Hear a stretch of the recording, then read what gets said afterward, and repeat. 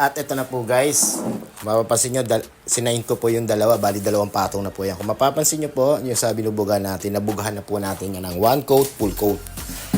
Ito po, pang second coat na po ginagawa po natin. Doon sa mga lagi po nagtatanong kung paano yung process ko at paano yung paggagawa ko po ng ganito. Ito na po guys, ito mga ka-isonda, gayahin nyo na lang po.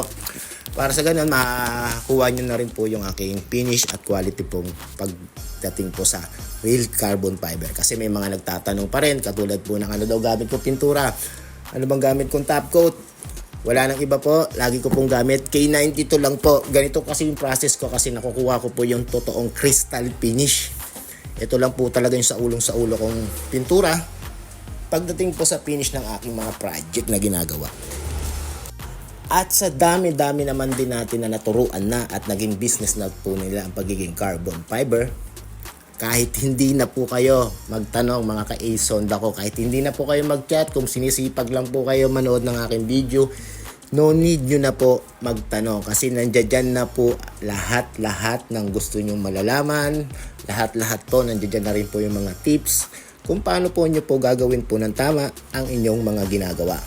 Kaya ang akin, wag nyong kakalimutan mag-primer carbon ni Sonda. Mas matibay po talaga. Subok na marami at baka ikaw gusto mo rin subukan kasi baka huli na ang lahat kung gagamit ka po ng akin ng fiber. Kasi dapat po sa una pa lang gamamit na po kayo para mas matibay. Kumpiyansa po kayo na matibay kasi kumpiyansa rin po ako na matibay ang ginagawa ko po. Katulad po ng iba, nagchat po sa akin na nagbubukahan na po daw yung kanilang mga gawa.